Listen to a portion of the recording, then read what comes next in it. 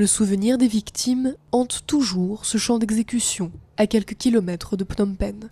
Entre 1975 et 1979, des milliers de personnes ont été amenées ici pour être tuées par les Khmers rouges. Plus de 30 ans après, les Cambodgiens y viennent de tous les coins du pays pour ne pas oublier les horreurs du passé. Beaucoup espèrent trouver des réponses à leurs questions lors du procès symbole du tribunal parrainé par l'ONU. Ce deuxième procès marque un tournant important. C'est une réelle occasion pour que justice soit faite pour les Cambodgiens qui sont morts, mais aussi pour ceux qui restent traumatisés. Dans le box des accusés, les 4 plus hauts responsables Khmer rouges encore en vie. Nuon Chea, bras droit du leader du régime Pol Pot, Yang Sari, ex-ministre des Affaires étrangères, sa femme Nyang Thirit, ancienne ministre des Affaires sociales, et Khieu Samphan, chef d'État sous le régime communiste. Ils sont accusés de génocide, crimes contre l'humanité et crimes de guerre pour la mort d'environ 2 millions de personnes.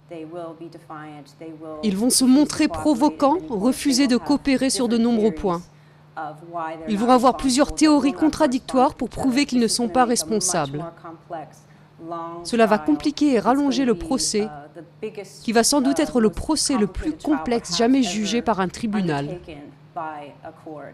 Avec d'innombrables pages de preuves à examiner, le procès pourrait prendre des années. Mais les centaines de parties civiles seront patientes. Elles attendent déjà depuis des décennies de pouvoir faire entendre leur voix. À l'époque, j'avais 9 ans et j'ai souffert. C'est pour ça que je participe au procès. Ce n'est pas juste pour moi, mais également pour toutes les personnes qui se demandent comment on a pu en arriver à un stade où les Cambodgiens se sont entretués.